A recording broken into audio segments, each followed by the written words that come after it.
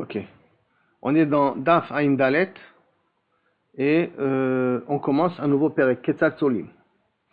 Alors, il y a des photos, des Chagav, que j'aurais bien voulu vous en faire participer, qui concrétisent ça, pour ceux qui ont reçu le fichier pourront aller voir ça dans le Daf Ain Dalet, comment le Korban était fait là, ici, maintenant. Donc, Ketzat Solim est à Pesach. Yoram, retiens, parce que ça te concerne aussi. Hein. Ketzat Solim, bientôt, Bezrat Hashem. Ketzat Solim est à Pesach, comment on grille le Pesach? Oui, tout le monde, mais que les Kohanim sont là pour nous enseigner comment faire. D'accord? Mevi'im shipud shel rimon. On prend un bois d'avka d'un arbre, un grenadier, un arbre d'un grenadier. On verra pourquoi dans la Gemara.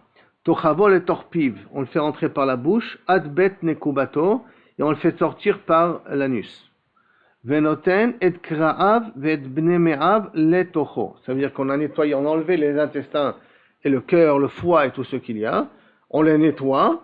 Et après les nettoyer, d'après la première svara de Rabbi Divrei Rabbi aussi, on les remet à l'intérieur du ventre. Ils sont donc enfourchés avec le bâton qui passe à travers l'animal de la bouche jusqu'à l'anus. Et là-bas, on met les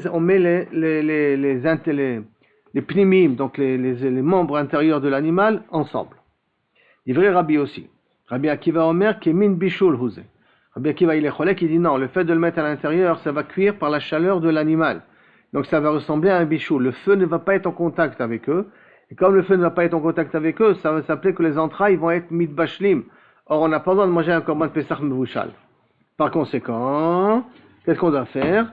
Et là, à rezé, et là, tolin chutzalo. Tu lui mets toutes les varim pnimim, donc le foie, et comme je dis, à l'extérieur. C'est-à-dire que je fais passer le bâton, donc de l'anus jusqu'à la bouche, après la bouche, ou avant la bouche, comme vous voulez. Après la bouche, je prends tous les aliments, les intestins, le foie, le cœur, et je les enfourche après. De telle sorte que j'ai comme ça, parce que comment on faisait le korban Pessah, c'est pas la brochette qui tourne comme ça, si on le faisait rentrer dans un four en droit, de telle sorte que la tête était vers le bas. D'accord? Donc si la tête était vers le bas, automatiquement, d'après Rabbi Akiva, tous les membres intérieurs étaient directement en contact avec le feu, et après il y avait l'animal. Dans la photo là-bas, vous voyez ça très bien. Avec Rabbi Akiva Omer, Kemin Bishoulouz, et la Tolim, Chutzalo, on met tous les membres à l'extérieur, et après la bouche, on fait accrocher tous les membres sur le morceau de bois en question. En Solim et Pesach, lo ala shipud, velo ala skala. Maintenant, quand on fait griller le korban Pesach, on n'a pas le droit d'utiliser une fourche, comment on dit un chipoud? Une fourche? Non, pas une fourche. Une broche en fer. Quand on dit vélo à la chipoud, ici on parle d'une broche en fer. D'accord? Vélo à la scala, et on ne peut pas la mettre sur une plaque en fer non plus. Avec des trous aussi, hein, pour l'instant. A priori, même avec des trous. Mais avec une plaque en fer. À scala. V'amar Rabbi Tzadok, Maaseh beraban Gamiel, Shamar le Taviav. Donc la vie une fois Taviav. Tse, Betzalel anu tapesach à la scala. Donc Rabbi Tzadok, il dit que justement, il est cholek. Il dit que ma pitom, la skala, ça s'appelle aussi correct, ça s'appelle aussi tsaloui, bien que c'est en contact avec le feu, ça s'appelle aussi tsaloui et zebeseder. Maintenant la Gemara demande, veniti shel matechet, qu'est-ce qui nous empêche, pourquoi on nous a dit de prendre un chipoud en bois de grenade, t'as qu'à en prendre un chipoud, une broche en fer? Réponse, aïde de chamiksato chamkulo.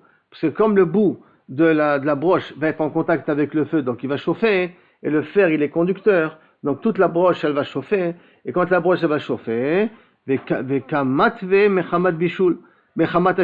il va s'avérer qu'en fin de compte une partie du korban Pessah, il va cuire à cause du chipoud, à cause de la fourche, pas à cause du feu, à cause de la fourche. Et la Torah a dit, tzli esh, velo tzli mechamad davar acher. Et la Torah a demandé que ce soit d'afka tzliesh, que ce soit d'afka avec du feu que je cuis mon korban Pessah et pas avec autre chose. La Gemara demande, veniti shel dekel. Ok, alors pourquoi tu as décidé d'afka de prendre un bout de bâton de grenade, tu qu'à prendre un bout de bâton d'un palmier? Aïdé de idbe shave, puisque le palmier il a des fentes, il a des petites rayures, mafik maya, quand je le mets au feu, il sèche, mais en séchant, il va faire évaporer son eau qu'il a à l'intérieur. Et à cause de cette eau-là, on va considérer que le korban Pessah, il est en train de cuire. Avec de l'eau plutôt, enfin, il y a des parties du korban Pessah qui vont cuire avec la vapeur d'eau plutôt qu'avec le feu. Alors, venite chez le Téhéna, t'as qu'à amener à ce moment-là, tu m'as dit parce qu'il y a des fentes dans la branche du dekel, t'as qu'à prendre des bâtons de figues, aïdé de mechalchel, puisque il a une comme il a chlochit, c'est comme elle est humide plus qu'un autre arbre. Donc ma fik maya, il fait sortir de l'eau, et automatiquement ça s'appelle comme si tu cuis. Venite chez l'alon, tu as qu'à amener à ce moment-là de alon, ça veut dire d'un chêne, un bout de bois d'un chêne, shel charouv ou d'un carubé, shel shikma ou d'un, je sais pas comment ça s'appelle, shikma c'est un autre type d'arbre. Aïdé de idbe katre, parce que les bouts de bois en question, ils ont des nœuds. Et dans ces nœuds-là, je vais les couper, je vais couper pour rendre le bâton lisse. Quand je vais couper toutes les petites branches pour rendre le bâton lisse, ça va faire des petits trous sur le bâton. Et quand ça va faire des petits trous sur le bâton, automatiquement, ces trous-là, ils vont faire évacuer de l'eau. Et en faisant évacuer de l'eau, ils vont causer que ça soit mis de bachel et pas à l'aider le feu. La Gemara demande, Narimon Nami Idbe Katre, mais même dans le bâton du grenadier, il y a aussi des petits nœuds. Donc ces petits nœuds-là en question, il y a aussi de liquide qui peuvent passer. Des nœuds. Ça veut dire qu'il y a, qu'est-ce que c'est? D'un nœud peut sortir une branche, d'accord?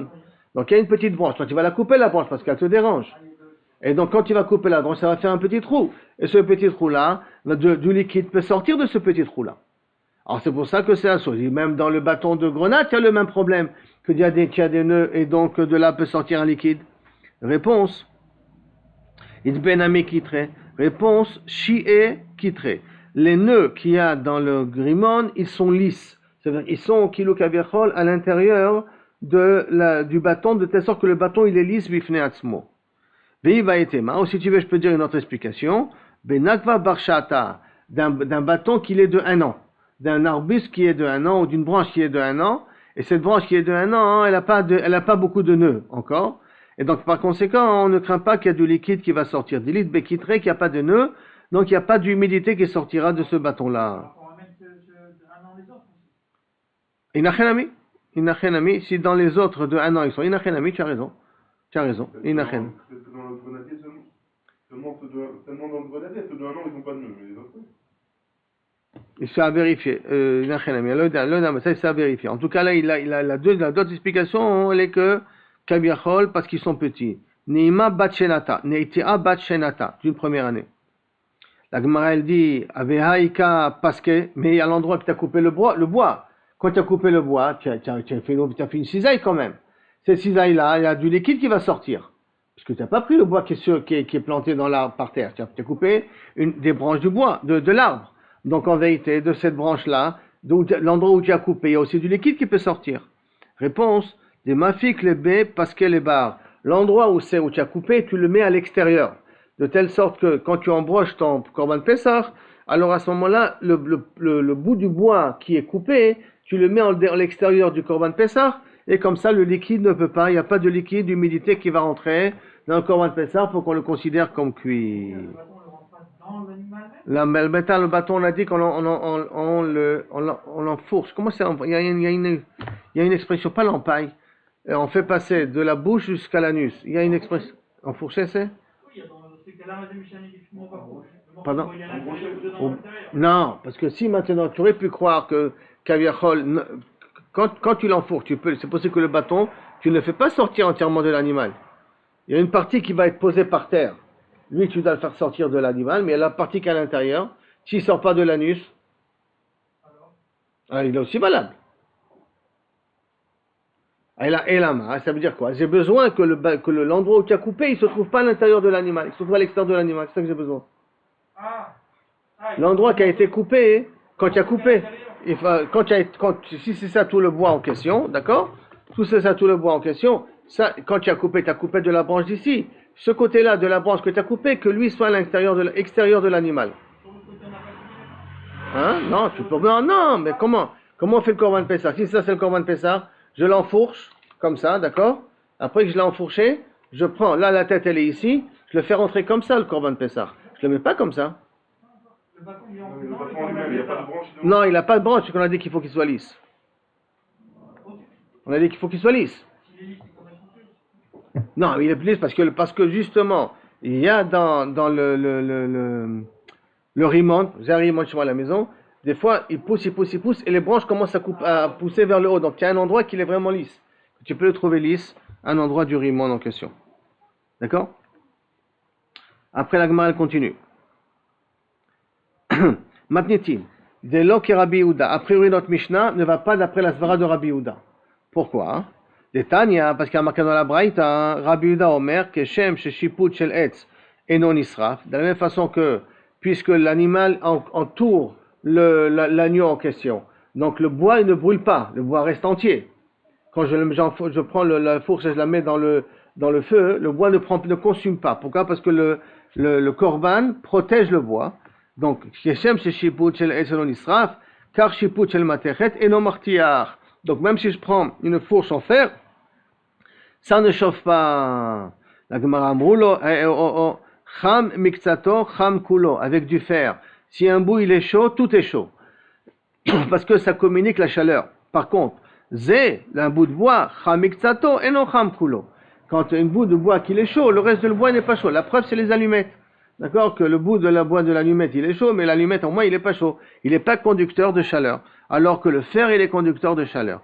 Maintenant, comment c'est possible que Rabbi Yehuda fasse une erreur sur quelque chose qui est physique et qui peut être vérifiable?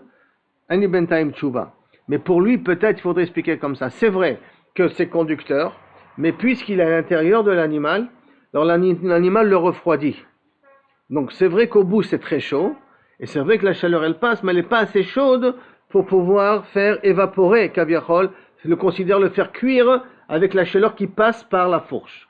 Kanirek, c'est comme ça qu'il faut expliquer Rabbi Yehuda, parce que sinon c'est un problème très technique, tu n'as qu'à vérifier, tu verras il est conducteur de chaleur. Après, on continue.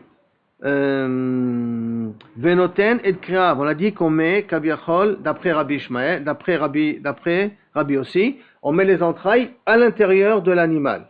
Alors que pour Rabbi Akiva, on met les entrailles à l'extérieur de l'animal. Après qu'on a enfourché l'animal, au niveau de la tête, on met tous les pnimim, tous les membres intérieurs de l'animal. C'est bon là, c'est bon le dessin? Ah, yofi, tiens un dessin là-bas. Metsuyan, ok. Tanya, Rabbi Ishmael Omer, Koreu Tortor. Rabbi Ishmael appelait le Korban Pessah Tortor. Pourquoi Tortor? On a déjà vu ce terme-là. Tortor, ça fait bloc.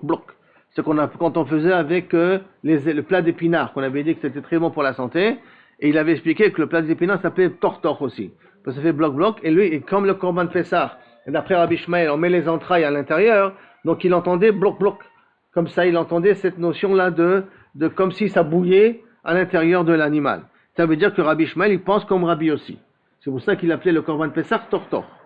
Et Rabbi Tarfon, Koreu Gdim Mekulas. Par contre, Rabbi Tarfon, il appelait le Korban Pessah Gdim Mekulas. Mekulas, ça veut dire avec une tête. Pourquoi avec une tête? Parce que quand je mets tout le Korban Pessah, je mets tous les membres après, c'est comme s'il avait un casque à la tête du Korban Pessah. Donc ça veut dire que Rabbi Tarfon, lui, pense comme Rabbi Akiva, qu'on met les entrailles à l'extérieur. Le Korou Gdim Mekulas. Tanoura Banan. Ezeu Gdim Mekulas. Maintenant, la Gemara dit des Assour, les Echol Belel et Pessah. Quel est le type de Gdim Mekulas qu'on n'a pas le droit de manger? Erev Pessah. Je m'explique. Erev Pessah, on n'a pas le droit de faire de grillade. Mais un grillade qui ressemble à un Gdim Mekulas. Ça veut dire qu'il ressemble vraiment à quelque chose qui est grillé. Alors, Erev Pessah, on n'a pas le droit. Erev Pessah. Mais tu vas avoir 2 minutes. Je vais te faire ton mina que tu fais de manger des grillades, il est Besséder. Maintenant, mais là, tu vas voir dans quel cas c'est assourd, d'accord? Donc, Ezo Gdim Mekulas de assourd les chol belele Pessah. L'el Pessah, c'est Erev Pessah ici. Hein. C'est pas le l'el Pessah, c'est pas le Tezain. Le Tezain, c'est le Korban Pessah lui-même. Et là, Mekulas d'assourd les chol belele Pessah, parce que ça ressemble à un Korban Pessah et ça peut ressembler à manger des Kodashim en dehors du Bet Amikdash. Bisman Azé aujourd'hui, Kol Shetelao Kulo Ke'echad. Quand tu le fais griller entièrement. Nechtach Nimeno Evar. Lorsque tu coupes un membre de ce korban, de cet agneau. Nishlak Mimeno Evar. Si tu cuis un membre de cet agneau-là, Enzegdi Mekulas. Ça ne s'appelle plus Mekulas. Et tu as le droit de le faire, Erev Pessah. Les grillades que vous faites aujourd'hui, c'est jamais un agneau entier. Ce sont des morceaux d'agneau. Comme c'est des morceaux d'agneau, donc il n'y a pas un problème de gdi mekulas. Ashta, maintenant la Gemara elle veut comprendre. Alors la Gemara Ashta, yesh lomar nichtach mimeno eva. Maintenant là on nous dit que lorsqu'il y a un membre qui est coupé, tu as le droit de kaviachol après un membre qui est coupé, tu as le droit de le griller RF Pessah. Donc yesh lomar nichtach mimeno eva de afalgav de kam matele behade. Bien qu'il est encore accroché avec le korban. Et il pend à côté du korban, mais je l'ai coupé, mais il est encore accroché, et que je le grille avec le korban Pessah, c'est quand même permis de le faire RF Pessah.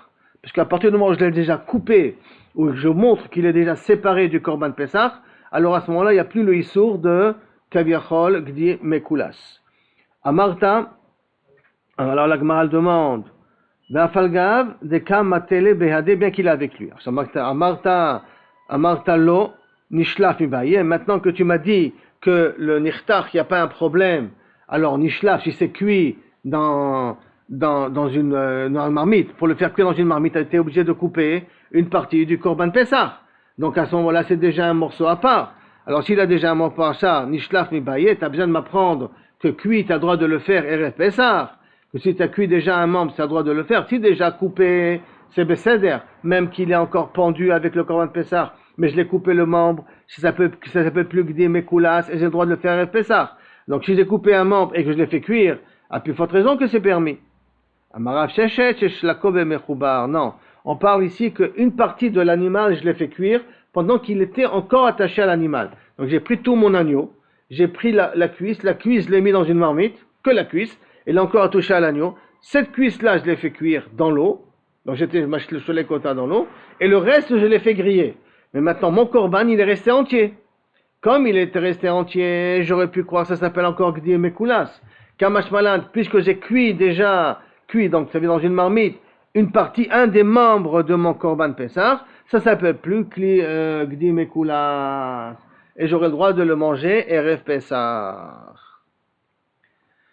Amarava, maintenant on va rentrer dans le dinim de kashrut. D'accord, de problème de viande et de kashrut. Amarava, Hay Muliata. Muliata, c'est par exemple un poulet farci, d'accord? C'est de la viande avec qu'on met à l'intérieur d'un agneau, par exemple, ou d'un poulet. Hay Muliata Sharia.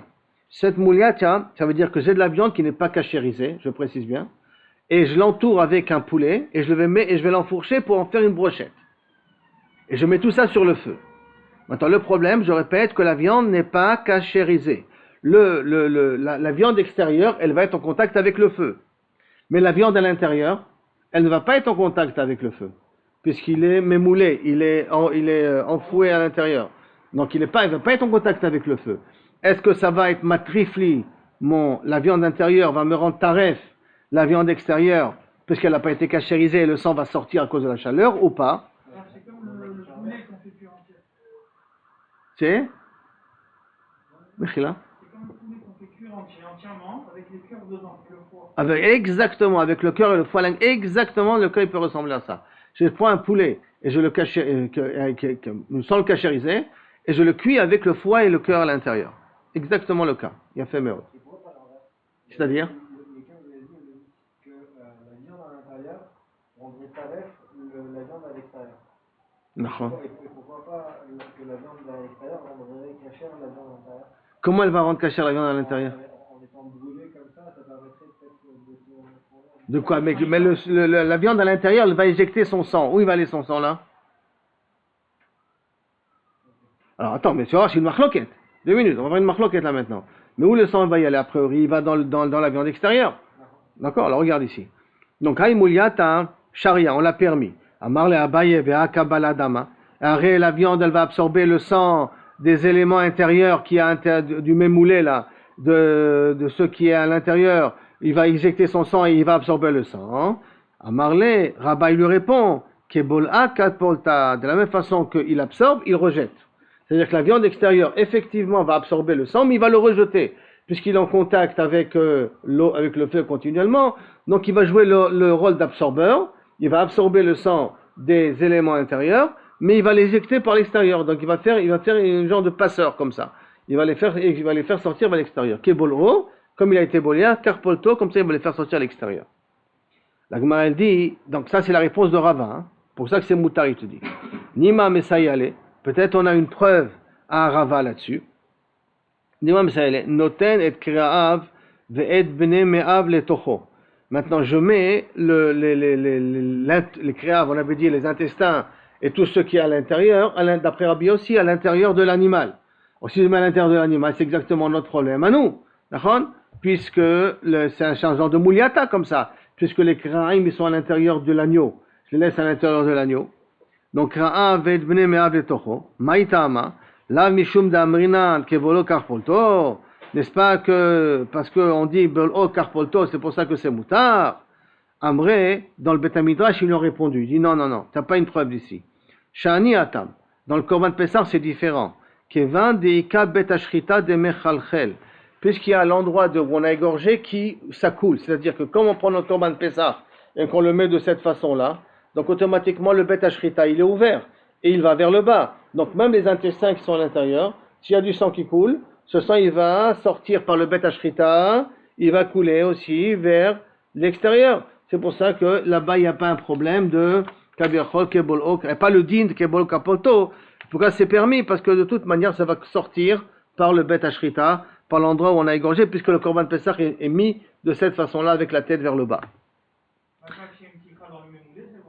Que quoi? Mais il faut que ce soit une pticha où ça peut sortir. Là, c'est spécial. La pticha, elle est vers le bas. D'accord? La pticha, elle est vers le bas, il ne faut pas oublier. D'accord? Maintenant, midav dayev. Midav dayev, ça veut dire que ça se met à couler par là-bas. Alors, nima mesayale. Alors, peut-être je vais t'amener une autre preuve. Alev koro ou motzi et damo. Si maintenant j'ai le cœur, vous savez que dans le cœur, il y a du sang qui passe, d'accord? Maintenant, qu'est-ce que je dois faire? Le cœur, je dois le déchirer, coréen, et faire sortir le sang. Lokerao, si je n'ai pas fait sortir le sang, koro leachar bishulo. Je peux lui enlever le sang. Bishulo ici, c'est tzliya, hein. Rachid explique que c'est tzliya, c'est pas bichoul. Des fois, on peut appeler tzliya bichoul aussi. Mais en vérité, c'est tzliya. Ça veut dire qu'après l'avoir grillé, le cœur, j'ouvre le cœur, j'enlève le sang qui est coagulé à l'intérieur, et le cœur, il est cachère d'être mangé quand même. Moti et damo velokor, koro lachar bishulo, mutar, maïtama. Pourquoi après l'avoir fait griller avec son sang à l'intérieur, il suffit rien que de l'ouvrir et d'enlever le sang qui est coagulé? Parce que quand tu vas dire que ce que le cœur a absorbé, c'est ce que le cœur a aussi rejeté. Donc automatiquement, le sang qui est à l'intérieur, je l'enlève parce que je le vois, c'est pas de problème. Ce qui est rentré dans les parois du cœur, ça a été éjecté par le feu les a refait sortir à l'extérieur. Kebolo, karpolto.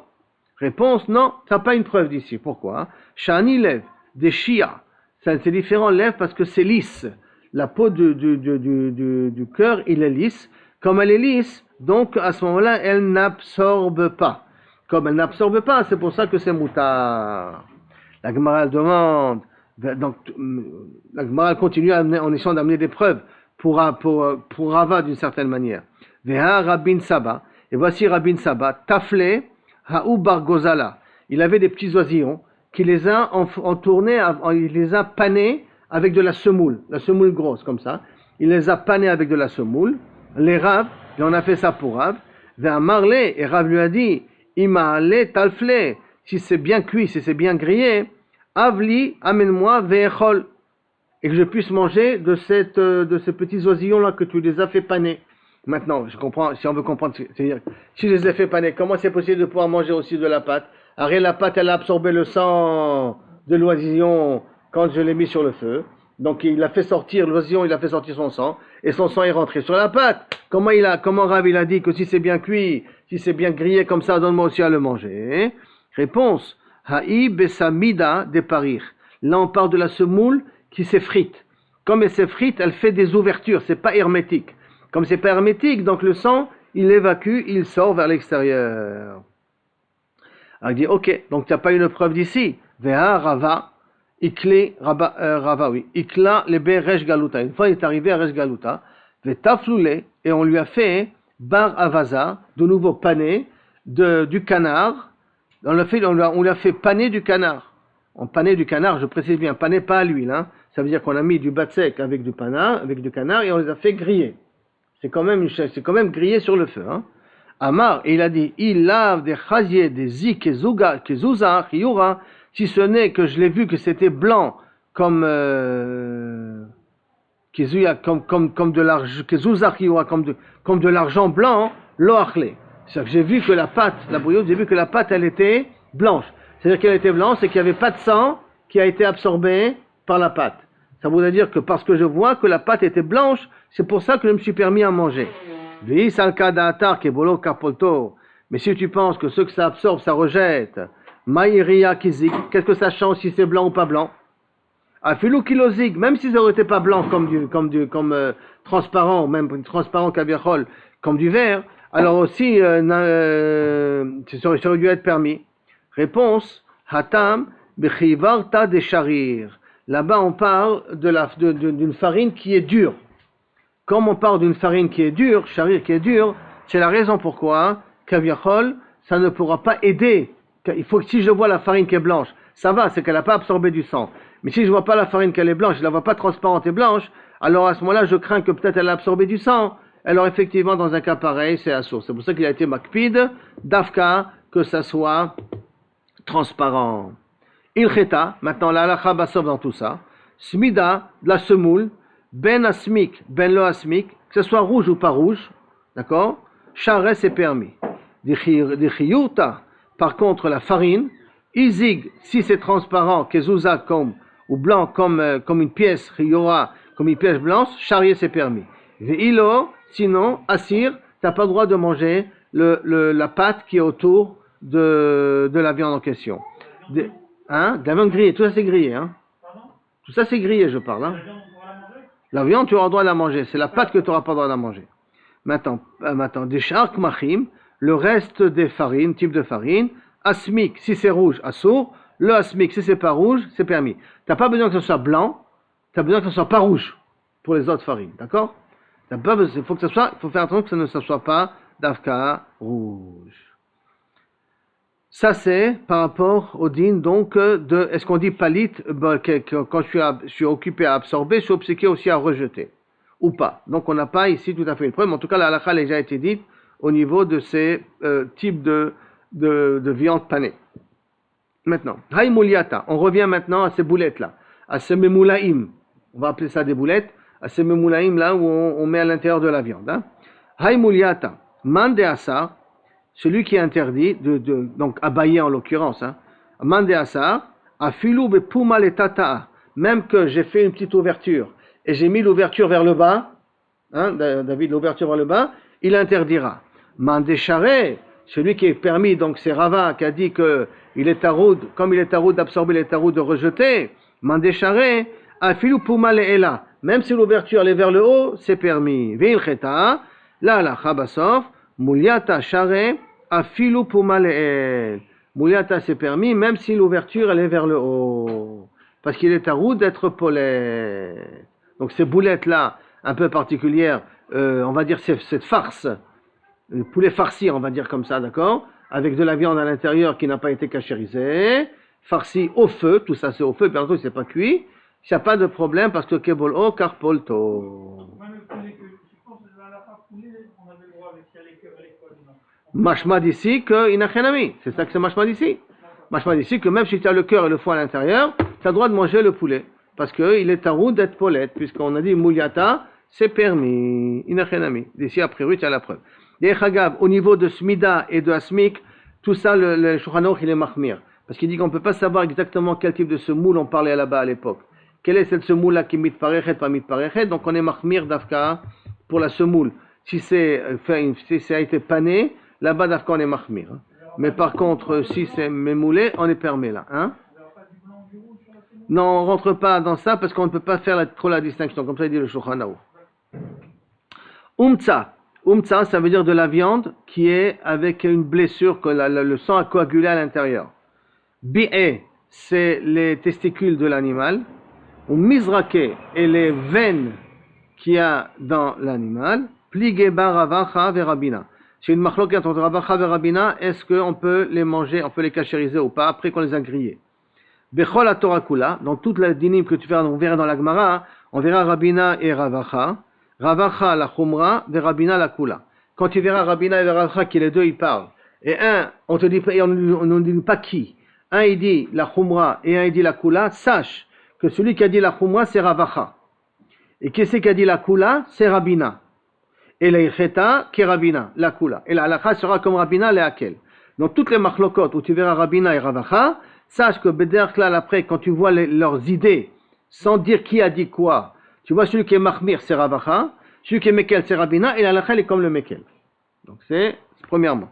Les bar, mehanetlat, à l'exception de ces trois cas-là, qu'on avait dit de la viande où il y a du sang qui a coagulé à l'intérieur, à cause qu'elle a reçu un coup par exemple, on avait dit les testicules de l'animal et les veines qu'il y a dans la viande.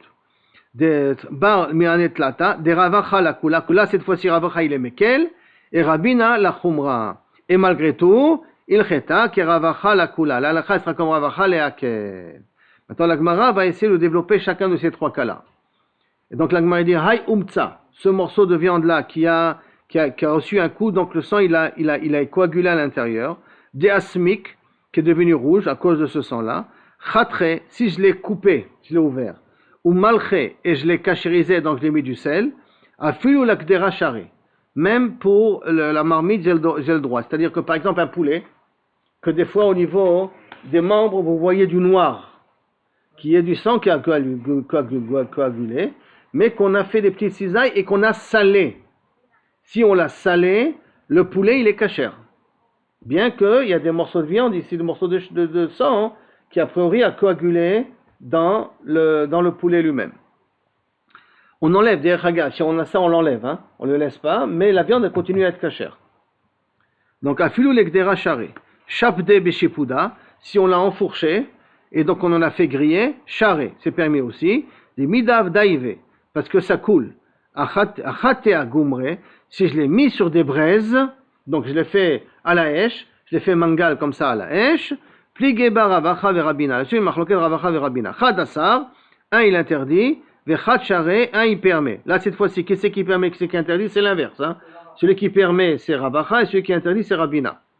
Mande asar, celui qui interdit, il dit mitzmat tzamit, le feu au contraire, puisque je ne lui laisse pas la possibilité de couler, alors le feu le consolide à l'intérieur, et le consolide à l'intérieur, donc ça veut dire que ça devient du sang qui est sorti, mais qui est sorti de son endroit, mais qui est coincé à l'intérieur de la viande, et donc à cause de ça, c'est assourd, ou mandécharé, celui qui permet, mish'av sha'iv, il considère que le feu absorbe et fait sortir le sang à l'extérieur. Ve'il cheta, mish'av sha'iv. Et la halakha, elle est comme celui qui est mekel, qu'effectivement, même sur des braises, ça sert à pouvoir faire sortir le sang à l'extérieur. Vechen bi'e, de même les testicules, chatrinhu, si on les coupe, ou malchinhu, et on le sale, afilu legdera sharian. Même pour kabiachol, les faire cuire dans une marmite, c'est permis. Talitinu beshipuda, on l'a enfourché, sharian, on a le droit de midav daïve parce que le sang est coule. Achtinu agumre, si je le mets sur des braises, oui. Parce qu'on l'a salé avant. Comme on l'a salé avant, elle a été salée avant, donc on a fait sortir le sel, a fait sortir tout le sang. Toute chose. C'est comme le din de la salaison normale. À part le foie. Le foie, il faut que ça soit dans les 3 premiers jours de la shrita. Après qu'on les a grillés, bien entendu. Hein.